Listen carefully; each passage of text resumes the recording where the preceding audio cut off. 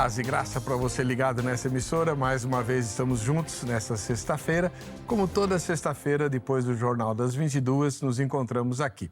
E hoje, de maneira muito especial, para conversar com um dos homens de Deus que tem feito grande diferença, não apenas na minha vida, mas na vida de um monte de gente do Brasil e que nem se dá conta disso. Alex Dias Ribeiro. É um altíssimo privilégio recebê-lo mais uma vez, meu querido irmão. O prazer é todo meu, eu fico feliz de estar aqui mais uma vez, né? Já teve um tempão que a gente não grava nada por esse canal, então é muito legal estar de volta aqui. Alex Dias Ribeiro correu a Fórmula 1, antes disso foi campeão na Europa, acho que Fórmula 3, não foi isso? Vice-campeão europeu e inglês de Fórmula 3. E divulgou o nome de Jesus em todos os carros de corrida com essa frase que você está lendo aí no capacete dele. Jesus saves, né? Cristo salva. Que virou até nome de igreja em São Paulo, né? O tio Cássio, pelo menos, te pagou alguma coisa, não? Não pagou, não. Mas foi um tempo bom quando nós andamos juntos, na minha fase pré-Europa. Quando eu fui campeão brasileiro e número 1 do ranking dos pilotos brasileiros de 1973, a turma do tio Cássio ia comigo para Interlagos e quando eu subia no pódio eles cantavam o tema da vitória. Que maravilha. E panfletavam nas arquibancadas com um folheto que eu escrevi chamado O Grande Prêmio da Vida, em que eu fazia uma analogia entre a corrida e a vida. E aquele movimento todo gerou muita curiosidade e muitas oportunidades surgiram. Foi ali que Deus me deu a visão de que era possível alcançar o mundo para Cristo através da linguagem universal do esporte. Eu me lembro de uma ocasião em que eu visitei, acho que foi a única vez que eu visitei um escritório onde você trabalhava e você me fez assistir a um vídeo, se não me engano, produzido pela FIFA, não sei. O vídeo não tinha uma palavra, mas tinha som. As imagens no mundo todo com o Roberto Baggio ajeitando a bola para bater aquele pênalti do Tetra, né? E você me disse, esse vídeo já foi assistido por bilhões de pessoas. A Copa do Mundo é o evento mais televisionado do mundo. E não por outra razão, você usou, enquanto pôde, essa ferramenta para falar de Jesus por meio dos atletas de Cristo. Foi. Isso foi magnífico, magnífico. Mas o irmão Alex Dias Ribeiro tem muita história para contar. Deixa eu já mostrar alguns dos livros dele, né? Ele acabou de mencionar um folheto que eu não conheço. Uhum. Se você ainda tiver aquele texto, eu gostaria de tê-lo, né? Ele é um escritor extremamente bom. O primeiro livro que eu li dele foi a primeira edição desse livro aqui, Mais que Vencedor, né? Que, aliás, a grande imprensa automotiva esperava com grande alvoroço, porque esperava que ele revelasse os segredos, né, das equipes.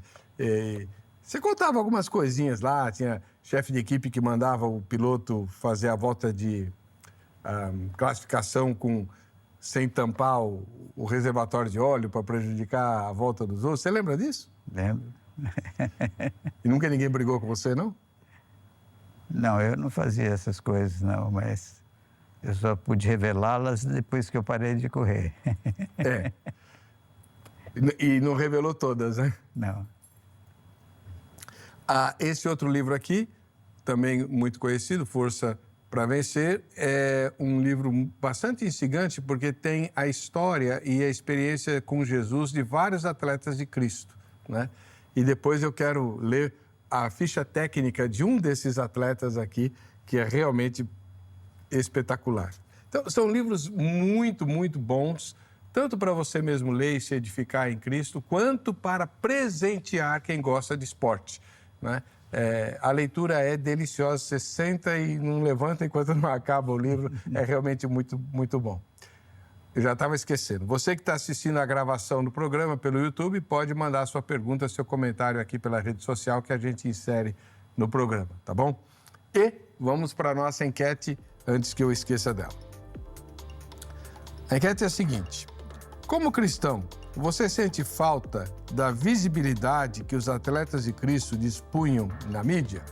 Lógico que eu estou fazendo pergunta para quem tem mais de 10 anos de idade, né? que acompanhou aquele período. 3 respostas possíveis: sim, não ou sou indiferente a isso. Você responde ao final dessa edição, a gente vai ver o resultado parcial da enquete. Vou começar por uma pergunta que sempre quis fazer e nunca lembrei. Nesse livro Mais Que Vencedor, o primeiro que eu li, seu, logo depois que você saiu da pista, né? Que você deixou de ser piloto de Fórmula 1. Saiu da pista, ele acho que não saiu até hoje, mas depois que deixou de ser piloto de Fórmula 1, numa das passagens desse livro, você menciona um momento meio amargo como piloto, que você tinha a expectativa de herdar o cockpit de uma equipe boa e mesmo o piloto tendo morrido no ano seguinte num acidente, você ainda continuava invejando aquele cockpit. Você lembra dessa história? Lembro. O que foi aquilo? No inverno europeu, param as corridas por causa do mau tempo. O campeonato termina em fins de novembro e só vai iniciar em março. E nessa época acontecem as trocas de cadeira, né? O piloto sai de uma equipe, vai para outra, o outro vem para o lugar dele. E nesse jogo de cadeira não sobrou nenhuma cadeira para mim. E eu sabia que não sobraria, porque eu tive uma péssima temporada no meu ano de estreia no automobilismo, em virtude de um carro muito ruim e um chefe de equipe muito mau-caratista que não proveu um carro decente.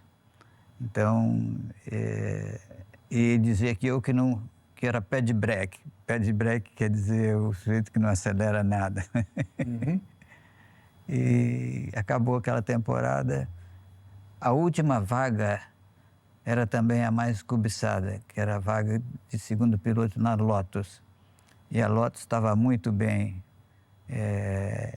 E aquela era a única cadeira vazia que ainda não tinha sido destinado um piloto para ela.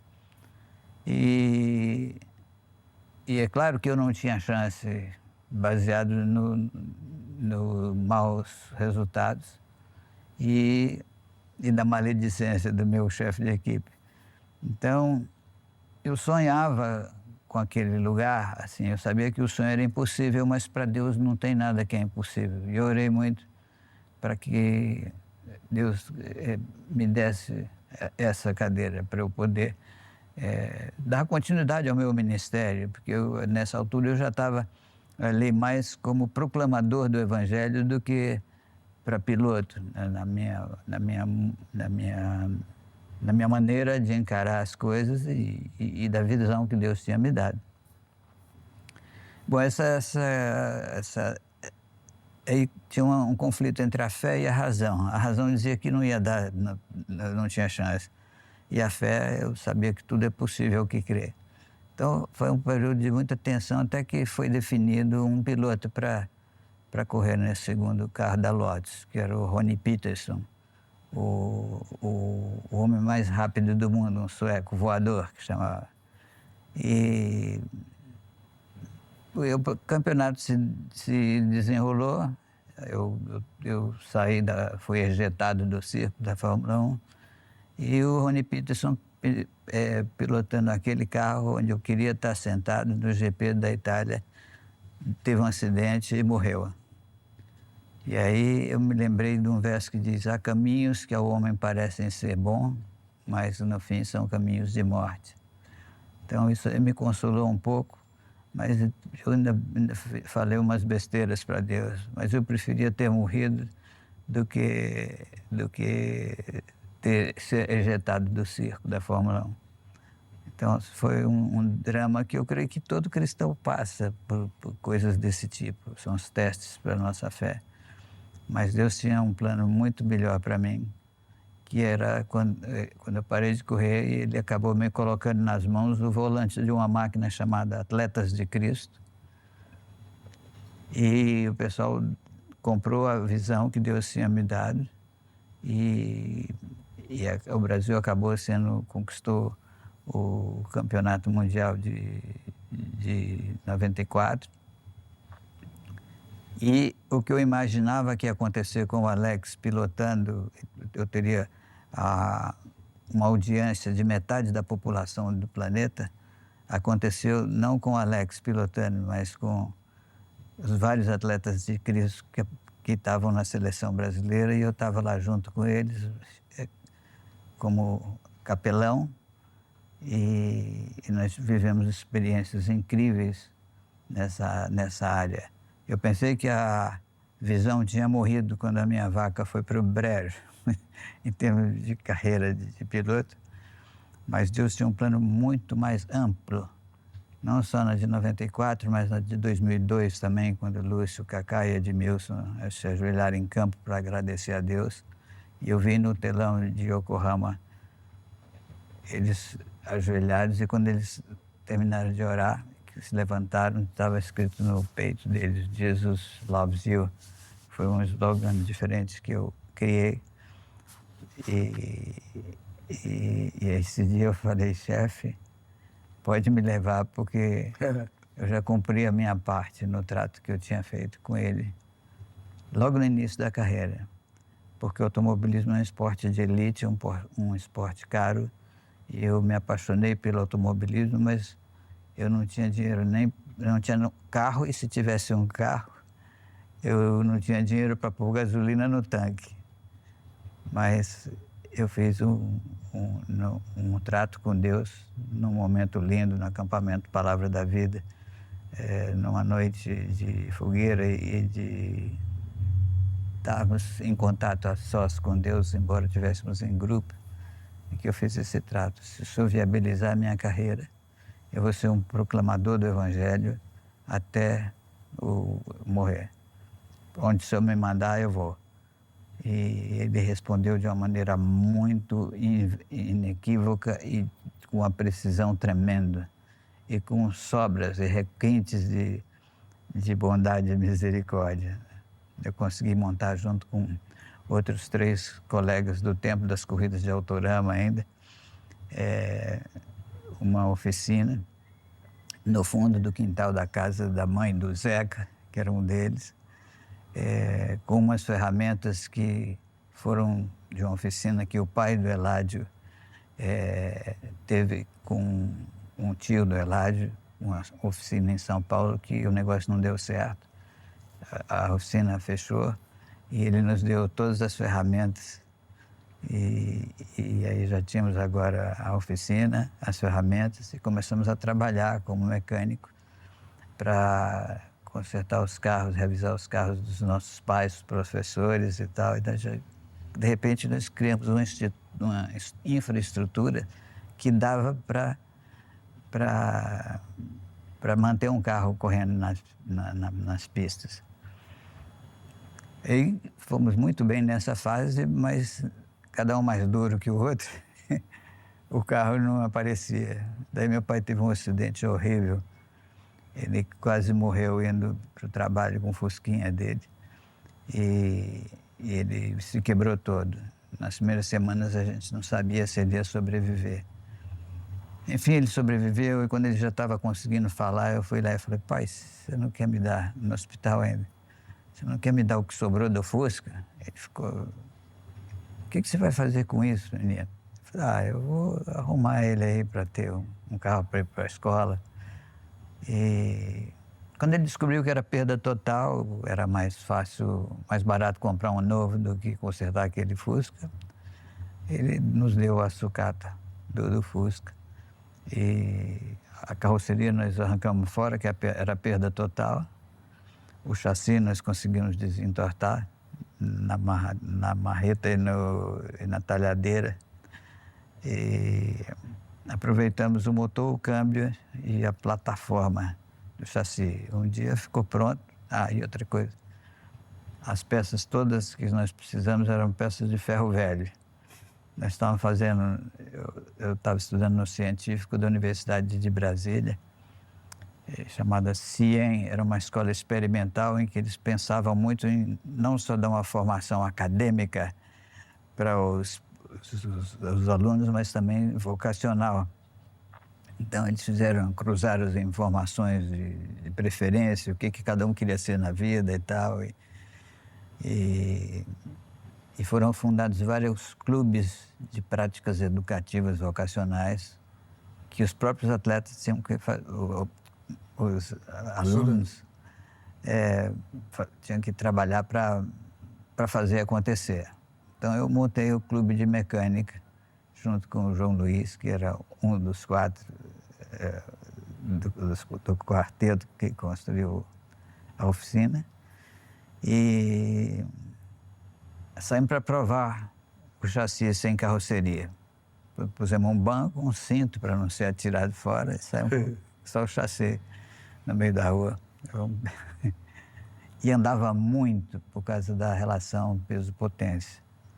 Mas com o motor do Fusca? Motor do Fusca. Câmbio do Fusca, chassi de Fusca, roda de Fusca. Que Esse não é o Patinho Feio? Esse foi o nascimento do Patinho Feio.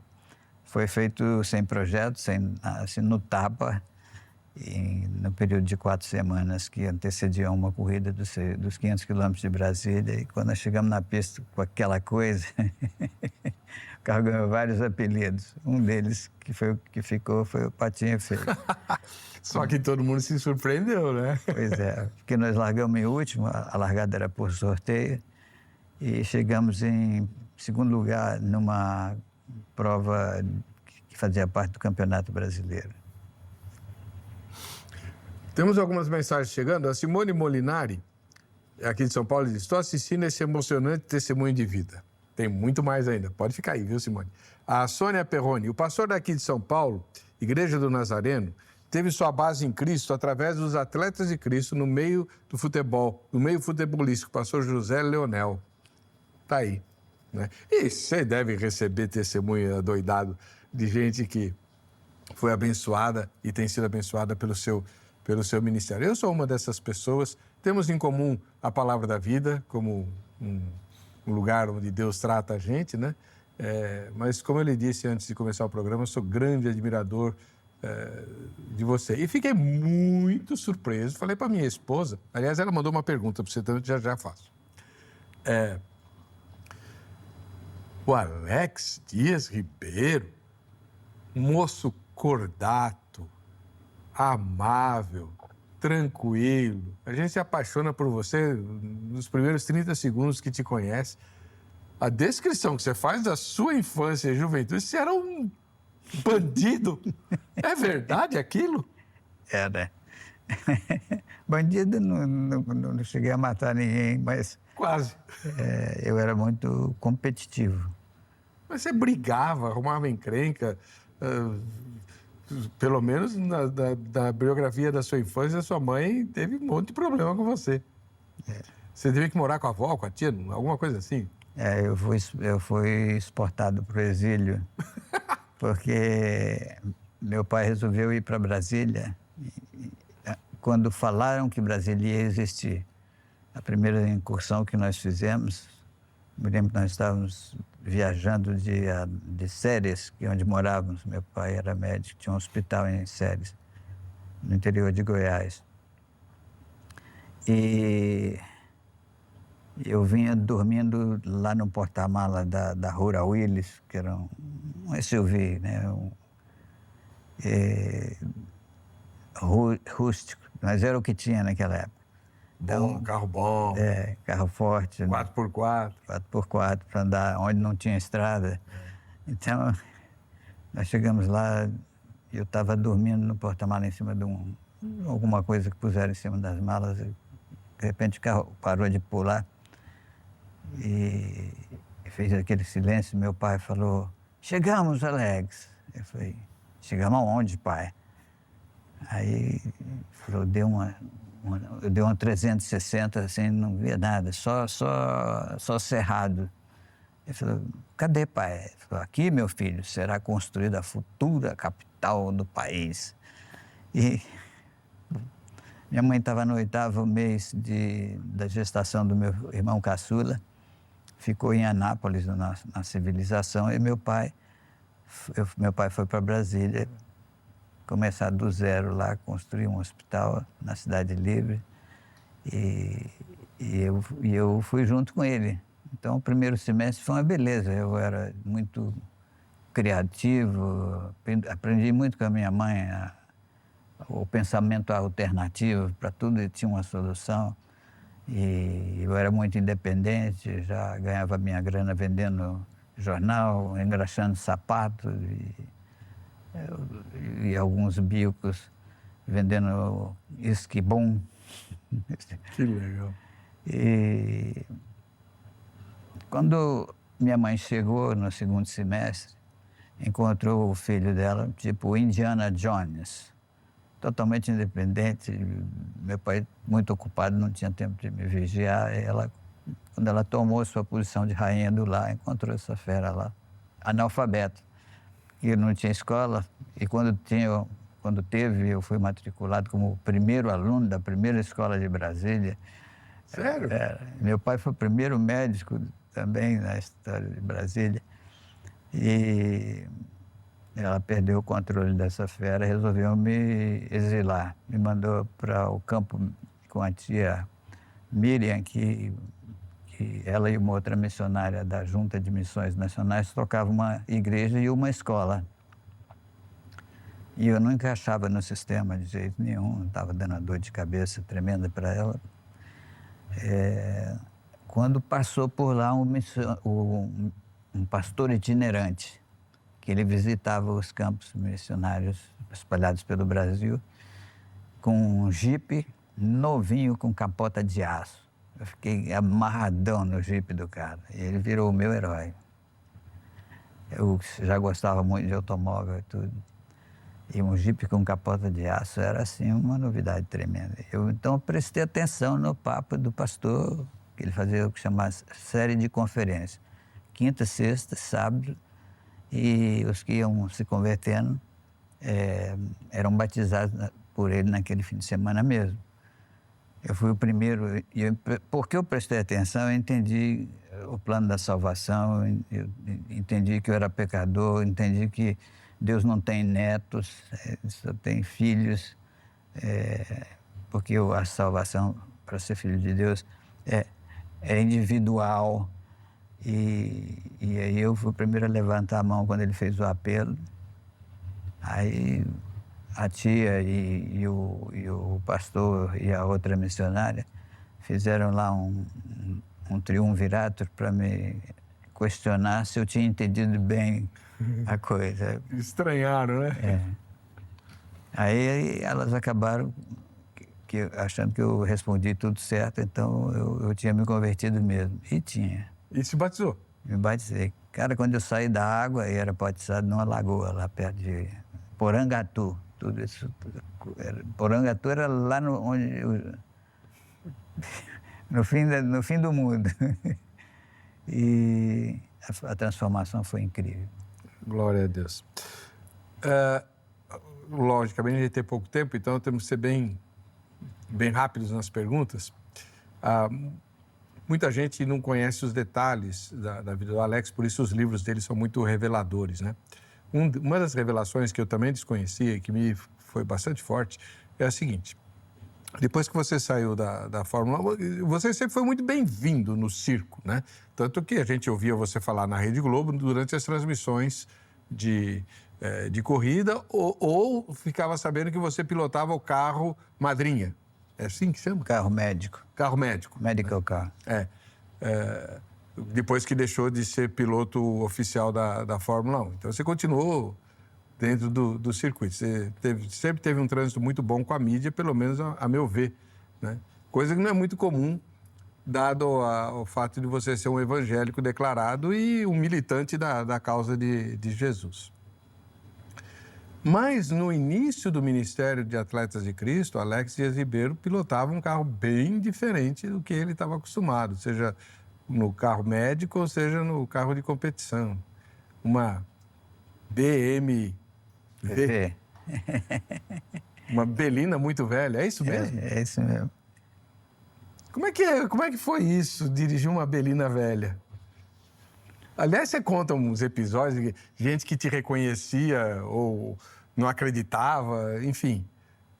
Bom, aí eu fui viver uma vida de missionário. Vivia de ofertas e a missão Atletas de Cristo era vista pelo corpo de Cristo como uma coisa de elite. Então, os caras jogam na seleção brasileira, esse cara tem uma grana preta, Atletas de Cristo não precisa de sustento. Mas a gente não pedia um tostão para os atletas, para não queimar o nosso filme, porque todos esses atletas são muito assediados. E o pessoal quer tirar uma foto, quer tirar uma casquinha na fama, me dá uma grana aí, tem... Então, o orçamento era apertado. E tudo que a gente podia ter na época, que era o carro de serviço de Atletas de Cristo, era uma Belina muito velha, que eu comprei com motor fundido, com estofamento rasgado, e reformei ela. E com essa Belina tem muitas histórias, assim, que eu estava mal acompanhado, de acordo com os padrões do mundo, de avaliar as pessoas. Você é julgado pelo que você tem ou pelo que você faz. Então, eram anos riquíssimos em que Deus fez chover muito na nossa horta em termos de abençoar, de testemunho e de proclamação do Evangelho. Mas na parte material, o cinto era apertado. Então... E, pelo menos nas narrativas que você faz, e você conta testemunhos de gente que foi profundamente impactadora depois, mas que começou nessa Belina, né? Sim. Indo para lá e para cá. Eu levava os jogadores do São Paulo, das categorias de base, que moravam no estádio do Morumbi, e eu pegava eles lá na segunda-feira para a reunião de Atletas de Cristo. Eu cheguei a andar com 10 jogadores dentro da Belina. E esses jogadores, muitos deles se transformaram depois em atletas renomados que honraram a fé em Jesus, e inclusive tem as histórias de vários deles aqui no Força para Viver, para Vencer, né? São 25 histórias, mini biografias de atletas que andaram com Deus e com a gente. Maravilha. Inclusive tem aqui o Ayrton Senna também? Também. Eu li uma entrevista recente aí sobre você fala do Ayrton Senna com a Neuza Etioca. Eu não sabia dessa história. O Ayrton, quando ele estava... Ele já era considerado o Pelé das 4 rodas, mas essas coisas não davam certo. Ele sempre batia, furava um pneu, quebrava um motor, alguma coisa que ele era rapidíssimo, mas não estava funcionando direito. Aí a Viviane, a irmã dele, que tinha sido... entrou para o time de Cristo através do ministério da Neuza Etioca, na ABU. É um movimento cristão entre as universidades. Aliança Bíblica Universitária. Isso, a Aliança Bíblica Universitária. Ela chamou a Neuza para orar pelo Ayrton Senna. Que a Neuza era campeã nesse negócio aí de amarrar o... Demônio. Eu fui aluno dela. Foi aluno? Foi. Então ela falou, ela repreendeu os demônios todos lá, e ele ganhou 3 corridas assim, em seguida, assim. Aí quando ele voltou, ela falou, poxa, ele falou, eu quero saber mais sobre esse Deus aí, porque ele não é fraco, não. E aí ela explicou o plano da salvação e tudo, ele tomou a decisão. Amém, glória a Deus. E a Neuza me ligou, e agora, Alex, o que eu faço? Eu falei, não conta para ninguém, porque era só um famoso se dizer que atleta de Cristo que chovia de duas coisas: propostas para pregar na igreja e algumas moças que estavam à disposição para ter um marido da magnitude dele.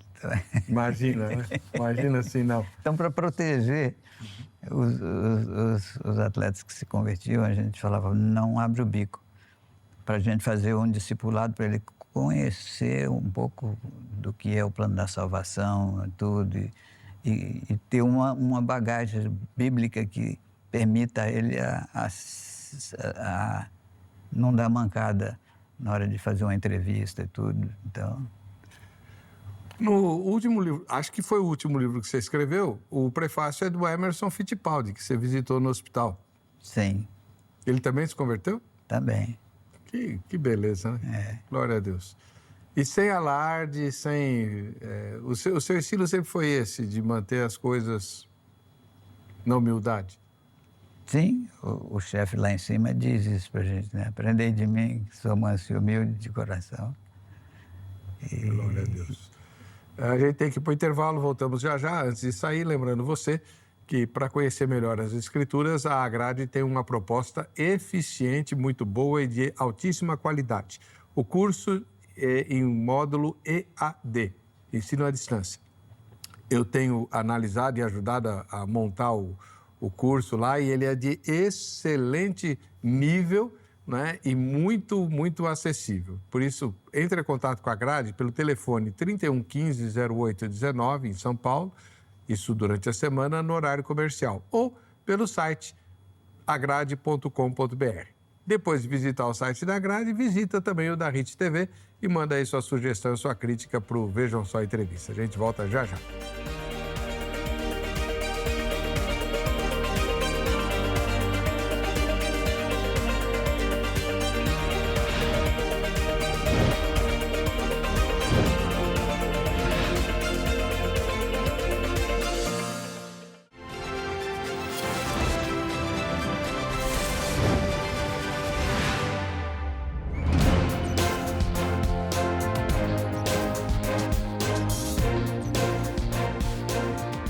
Vamos lá, vamos ver as fotos de quem está mandando e concorrendo aos presentes que a gente sorteia. Brindes do Shopping do Povo, né? O Shopping do Povo que fica bem em frente à Igreja da Graça aqui de São Paulo, na Praça da República, né? 100 metros da Praça da República, você atravessa a Avenida São João e você tem aí o Shopping do Povo com a Dona Eliana para pegar os brindes. Se você não tem fé suficiente para esperar o sorteio, vai lá e pega seu brinde, compra, né? Sua caneca, sua camiseta, enfim, aquilo que você quiser. Bíblia e livro lá tem a rodo, tá bom? Primeira foto de hoje vem de Pernambuco, lá da capital, Recife. Pedro Olímpio é o nosso telespectador lá em Recife. Aí, o Pedrão, faz que nem ele, tira a sua foto durante a exibição do programa, olha lá, até a caneca que ele vai ganhar. Maravilha. Marta Emiliana, aqui da capital paulista, também é nossa telespectadora. E o pastor Flávio, do município de Rio Grande, no Rio Grande do Sul. A gente tem uma audiência grande lá no Rio Grande, hein? Que Deus abençoe, muito legal. Beleza. Estamos entrevistando o irmão Alex Dias Ribeiro. Você nunca foi pastor? Eu pastoreio, mas eu não tenho título. E pastoreia bem, hein? E um rebanho enorme. Minha esposa pediu para perguntar assim: irmão Alex, correr como você correu a vida toda, pilotando carro de corrida, não é tentar a Deus? Não é a mesma coisa que o diabo falou para Jesus? Pula do pináculo que Deus vai te proteger. Você nunca pensou nisso, não? Claro que eu pensei nisso. Existe Deus efetua em nós tanto o querer como o realizar, segundo a sua boa vontade para conosco. E eu creio que foi Deus que plantou no meu coração esse gosto pela gasolina, pela adrenalina, pelo perigo. E muito bem amparado pelas palavras do apóstolo Paulo. Para mim, o viver é Cristo e o morrer é lucro. Tá, eu vou responder para ela. Outra coisa também, para ela. Deus criou as coisas loucas para confundir as sábias e as que não são para confundir as que são. Então eu era uma dessas coisas loucas que Deus criou para esse determinado fim e para um propósito muito grande em termos de alcançar o mundo para Cristo através da linguagem universal do esporte. Todos os seus carros tinham Jesus Saves? Cristo Sim. salva? Todos Sim. eles? Sempre. Nunca ninguém implicou com isso? Teve uma vez que o meu chefe de equipe, logo que eu entrei para a equipe Hollywood, tá aí mais uma dos que gostavam de jogar pedra em mim. O cara corre domingo, o cara arrisca a vida e o patrocinador dele é Hollywood, que era uma marca de cigarro. Então, tudo isso foi muito ponderado diante de Deus. Ele usou esse meio para a gente mandar a mais importante das mensagens, que é a mensagem do Evangelho. Cristo salva é o resumo do resumo do resumo do que está escrito na Bíblia. Porque se eu pintasse no meu carro, porque Deus amou o mundo de tal maneira que deu seu Filho unigênito para que todo aquele que nele crê não pereça, mas tenha a vida eterna, não dá para ler a 300 por hora, porque a coisa funciona assim, ó, lá vem dinheiro e já foi. Então... E esse chefe de equipe não queria? Não, ele me explicou muito educadamente. Ele falou, olha, quando eu corri eu tinha um santinho e um Agnus Dei, que ele era de formação católica. Ele falou, mas esse espaço na carroceria do carro eu vendi para o patrocinador e eu não posso colocar essas coisas lá. Foi aí que eu parei de usar no carro e usei no capacete. No capacete. Porque aí era uma coisa minha. E outra coisa, que é a mais visível ainda, né? Olha lá, muito bacana. Agora, tem uma coisa aqui também, no capacete. Eu tive a fase nacional e depois a internacional. E quando eu fui para a Europa para correr de Fórmula 3, eu queria um capacete que dissesse mais coisas sobre a quem veio o Alex. E Deus me deu no sonho o layout desse capacete. Então, se você vê, aqui ele tem uma seta.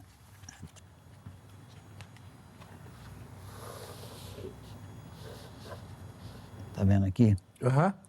Isso aí é para dar glória a quem é devida. Essa seta apontando para cima. As cores são as cores da bandeira do Brasil. E uma flecha apontando para o céu. Para o céu, Muito legal. Muito bacana. Bonito mesmo. E o Cid, quando pintou o verde da bandeira, ele aproveitou esse negócio do Brasil, a terra onde floresce. Então, aquilo são folhas de bananeira. Para dar um patropio. Alex, como é que... Porque assim, a gente conhece, né, os atletas, conhece artista, e eles têm uma tendência muito natural, e até compreensiva, de ter um ego muito forte, né? E como é que você lidou com tantos egos de primeiríssima grandeza e levou Jesus a eles? Muitos deles, a grande maioria, sempre deu ótimo testemunho. Como foi isso? Porque pastor na igreja lidando com gente comum não consegue? Excelente pergunta. Muito boa. No meu caso específico, para me manter humilde, ele sempre me trouxe num cabresto muito curto, Deus. Eu tinha também uma mãe que batia muito nessa tecla, né? Ela falava que eu tenho que morrer para que Cristo viva no meu coração. E ela me cobrava bastante isso. E eu segui esse conselho E quando eu, por acaso, tinha um lance de exibicionista e tal, eu procurava me policiar e pedir a Deus que me mantivesse humilde. Para me manter humilde, ele pegou a minha batata e fez um purê. A batata do meu ego. Então, e aí lidar com os outros, por ser um cara que estava fazendo o que eles faziam, mesmo não sendo o campeão do mundo, eles me admiravam e me respeitavam bastante. Onde eu prestava um serviço melhor é quando eles estavam no hospital todo quebrado. Eu ia lá quando tinha um machucado, orar com ele e tal e tudo. E eu ganhei assim o respeito de quase todos os meus adversários. Bom, foi o que aconteceu com o Emerson Fittipaldi. Uhum. Né? Ele estava todo... o prefácio é muito interessante, que ele fala assim, de repente, eu estou aqui, né? Nem sei como tu ouviu, e aí entra o Alex com uma Bíblia, né? Você já levou a Bíblia logo de cara. Você nunca escondeu assim, nunca disfarçou a tua intenção de ter Jesus à frente de tudo, né? Não. E o atleta é receptivo a isso? É. Se você conseguir transmitir para ele de uma forma real que Deus se importa com ele.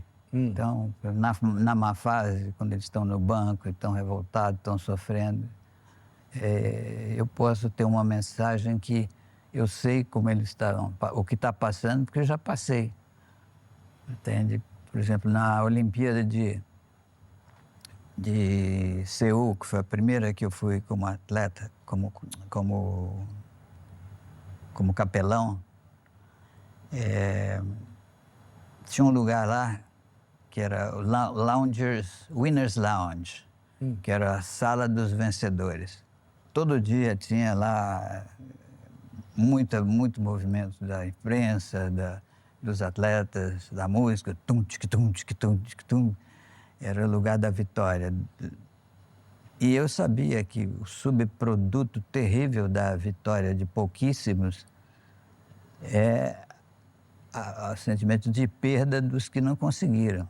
Tem atleta que passou 4 anos treinando e se alimentando de acordo, uma esperança de 4 anos para jogar tudo numa corrida de 10 segundos, que é o que eles correm abaixo de 10 segundos, é aquela corrida do tiro, né?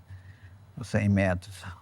E, de repente, no dia dele mostrar o trabalho dele para o mundo, amanheceu com o nariz entupido, alguma coisa, já não conseguiu performar. E geralmente os que já estão acima dos 34, que já era a última Olimpíada. Então, para eles, o mundo deles, o objetivo que era tão perto, por 4 anos da vida dele se dedicando a isso, de repente foi para o brejo. Então,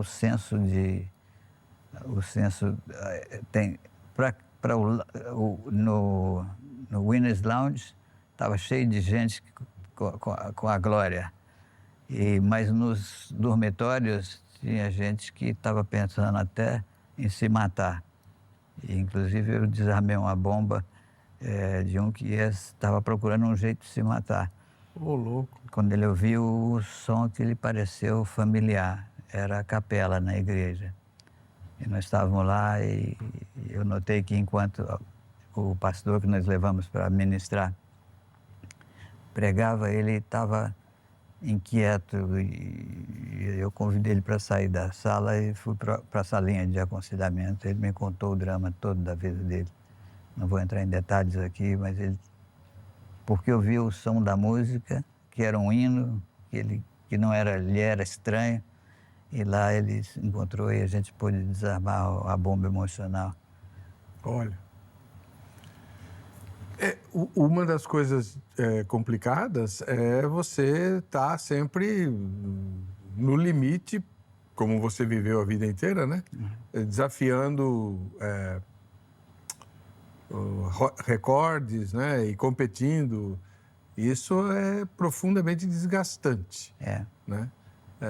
Tem um componente aí que para você ganhar e ser um campeão, você tem que acreditar. Só que você tem que acreditar mesmo, assim, o Ayrton Senna, por exemplo, era um mau perdedor, porque o padrão dele, de exigência dele, era muito, ele se cobrava muito.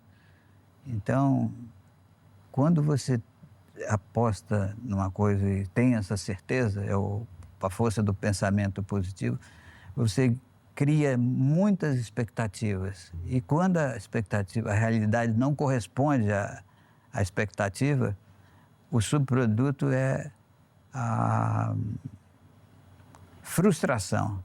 E a frustração, quanto mais alto o coqueiro, maior o tombo. Claro.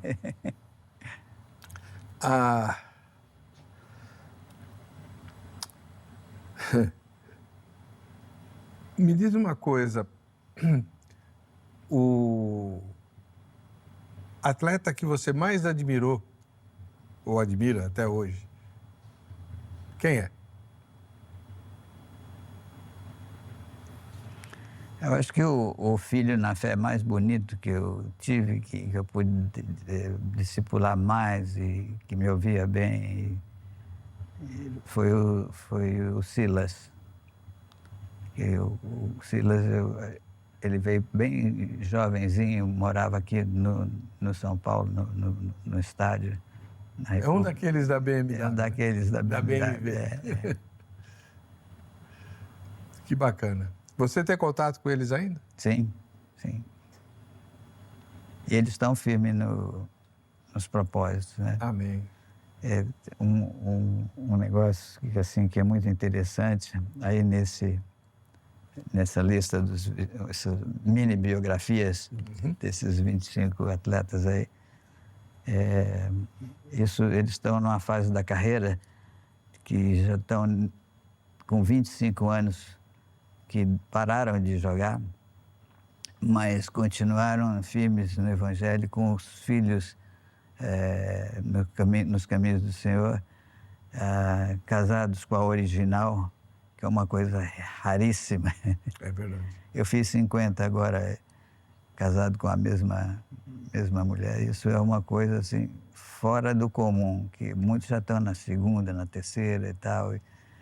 E eu procurei listar ali os que conseguiram se manter fiel na fé. E a fama passa, mas o que é importante é que nós temos como referência o atleta nota 10, né? Que ele é o herói perene. Aqui. Esse livro que eu já mostrei para você, Força para Vencer, né? Ele tem a história e a ficha técnica de cada atleta que é mencionado no livro. E o penúltimo capítulo tem a ficha técnica de Jesus Cristo, o herói perene. Eu vou ler para você. Muito legal. Nome completo, Jesus Cristo. Local e data de nascimento, Belém, no ano 0, na sua formatação humana, né? Porque a gente sabe que, como filho de Deus, ele é eterno.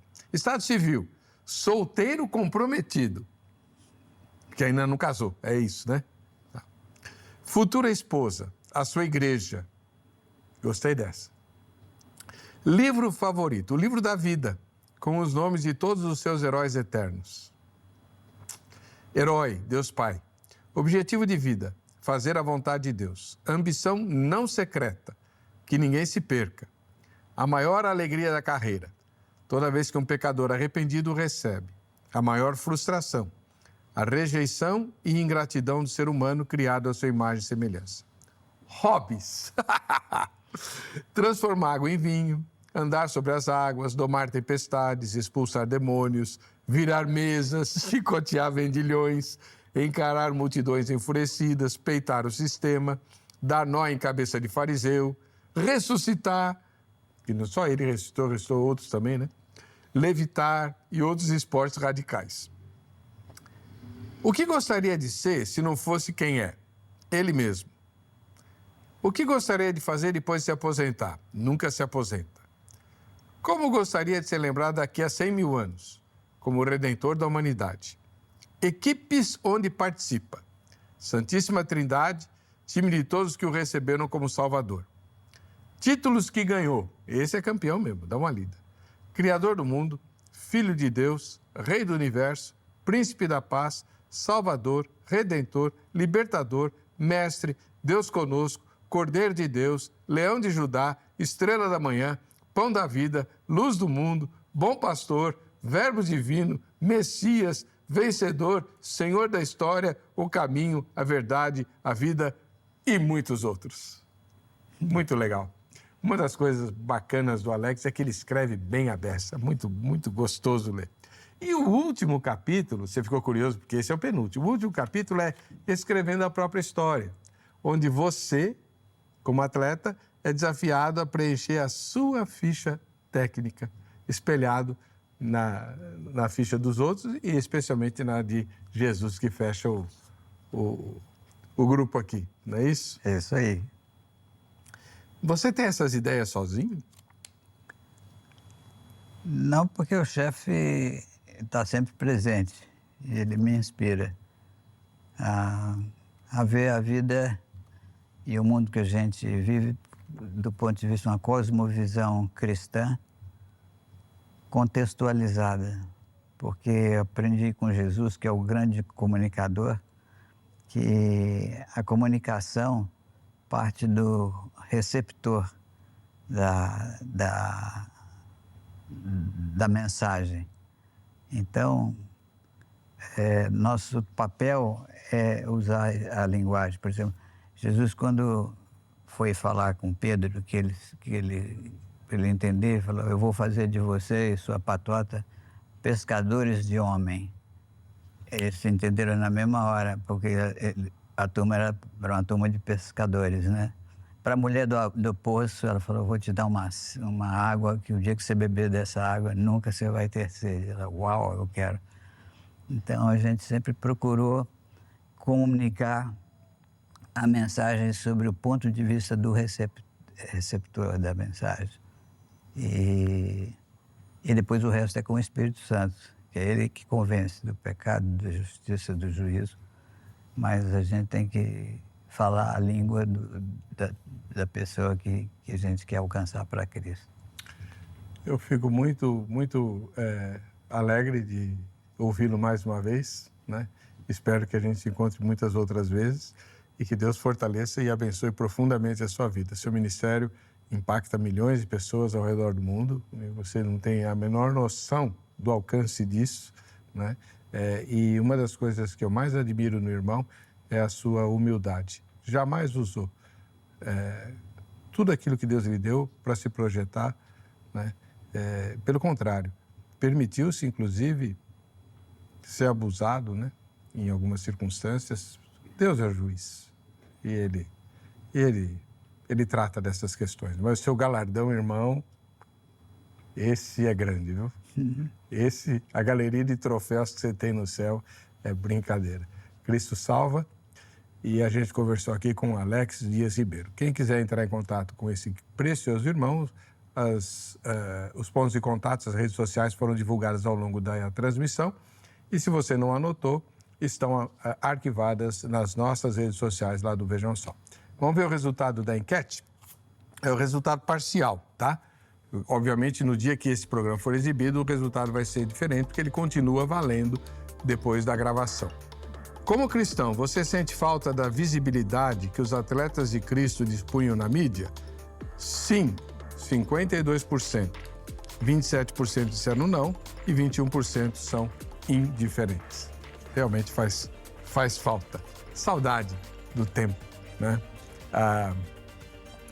Olha, eu sei que eu estourei o tempo, mas eu tenho que falar isso aqui. Eu me lembro de um jogo beneficente entre atletas de Cristo e atletas no Pacaembu.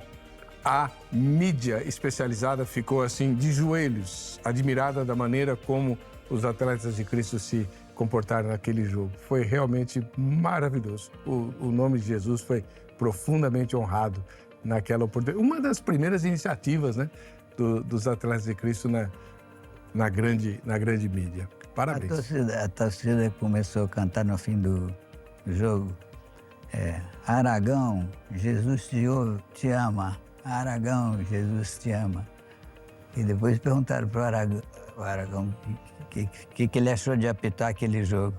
Ele falou, foi a primeira vez que a minha mãe não foi xingada e dizer que alguém me amava. Isso foi como ele interpretou, como ele recebeu essa mensagem da torcida.